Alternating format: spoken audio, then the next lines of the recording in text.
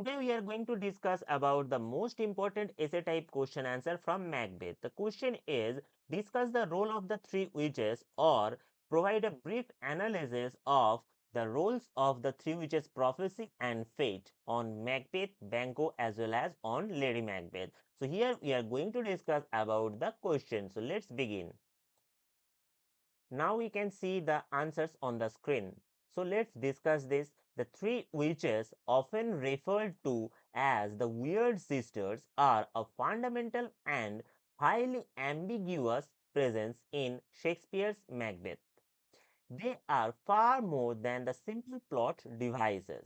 They serve as both supernatural agents of fate and psychological mirrors that expose the dark ambition already lurking within the play's hero. Why lurking? Because this ambition was already present within Macbeth since the beginning, and the witch's prophecy just only made it realize to its zenith, or also awakened Macbeth's ambition to the zenith.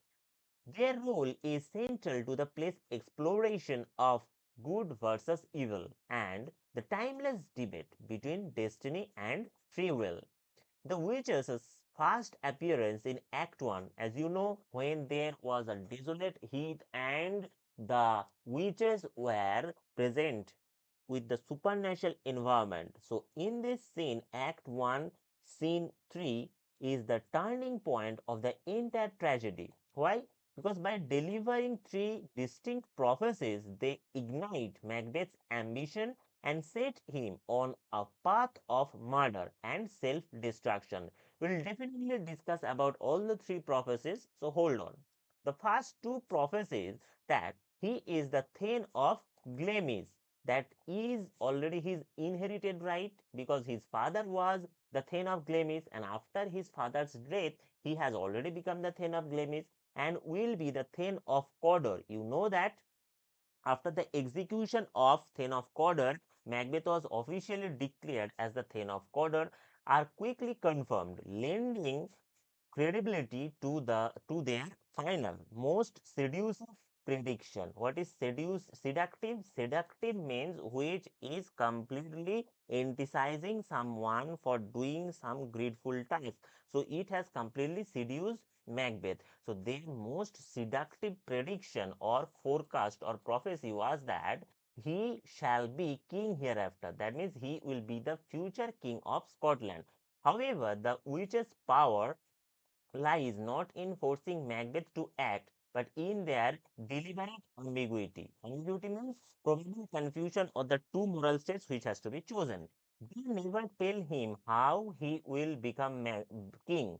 They merely plan the acting of the idea. That means they were only seeding the ambition into Macbeth. This ambiguity is what makes their role so compelling.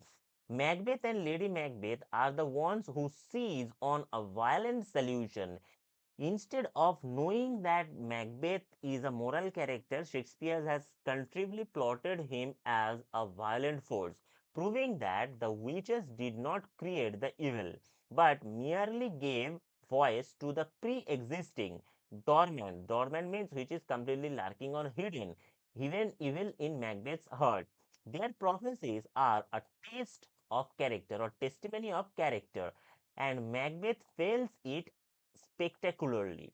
You know that Banquo, even though knowing that they are the supernatural spirits, Banquo denied the consequent forces of the prophecies on him. But here Macbeth fails to resist the power of these prophecies on him, and consequently he has showcased an exemplary description, or so to say, the narration about the violent forces. Now we'll read the next passage.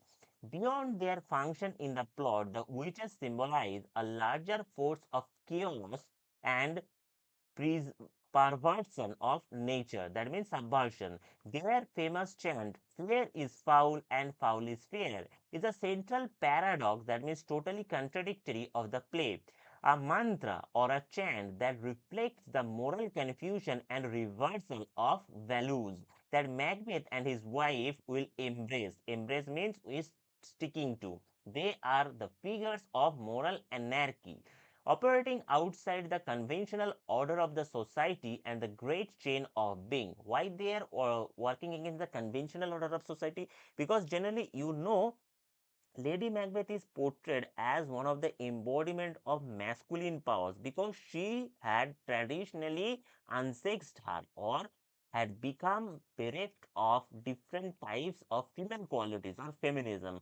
So consequently, William Shakespeare has portrayed both of these Macbeth and Lady Macbeth going against the tide of the societal norms. They represent a dark, irrational realm or kingdom of the supernatural that threatens to overwhelm the rational world of human politics and morality. So here we are calling by they, we are talking about those witches. They are actually providing us the foreboding nature of the evil spirits. I will go to the last one. The witches' second set of prophecies delivered through apparitions in Act 4 further underscores their manipulative nature because since the beginning they were manipulating everyone. In the beginning of the play, we find they were manipulating Macbeth, later on Lady Macbeth, Banquo also. The prophecy is that Macbeth cannot be harmed by any man of woman born. That means any man or child is taking out of or taking birth out of the womb of a woman cannot kill him. So this is also one of the manipulative thing which converts the nature of Macbeth, and that he will not be vanquished until Birnam Wood moves to Dancian Hill. Now another type of manipulative prophecy was made by them that when the Birnam Wood will move to Dancian Hill or any man who is taking birth out of the womb of a woman, then there will be the death of Macbeth will be approaching. So these two things has made Macbeth think that he is totally inevitable, which was completely wrong, are designed to give him a false sense of security. Why? Because here Macbeth thought that how the Birnam Wood will move to Dancian Hill. But when the soldiers camouflage, the Malcolm Donalbain's soldiers camouflage them with the leaves, then we typically found that probably Birnam Wood is moving to the Dancian Hill. So these were completely depicted in such a way Macbeth thought that probably the witch's prophecy is true and how the Birnam Wood will move to the Dancian Hill. This is impossible. And if any human being has to take birth, then obviously it's not possible out of the womb of a woman. So these two prophecies had a significant character analysis, significant impact on Macbeth. Therefore, Macbeth misinterprets their words literally. There means here the witches' prophecies and their words. So, literally, Macbeth misinterprets those prophecies and becomes overconfident. And when a man is becoming overconfident, then there is impending danger awaiting. So, which ultimately leads to his downfall. In this way, the witches are not simply passive observers of fate. Actually, they are active agents of deception, preying on Macbeth's hubris and insecurity to ensure his tragic end. So, here the word hubris is used. This word hubris is actually depicting the inner thoughts of Macbeth, where Macbeth is generally depicting the violent nature, and there is a moral conflict between the true or the wrong points. And this is preying on Macbeth. Why? Because Macbeth has become the victim of the prophecies, which has led his downfall, as well as Lady Macbeth caused the downfall for the prophecy of these uh, three witches. So here we have discussed the role of the three witches, or we can say the brief analysis of the three witches as prophecy and fate.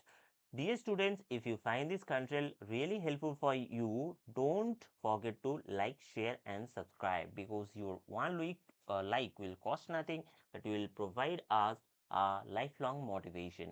So thanks for watching, dear students. Have a nice time ahead. Keep watching, keep improving. Goodbye everyone.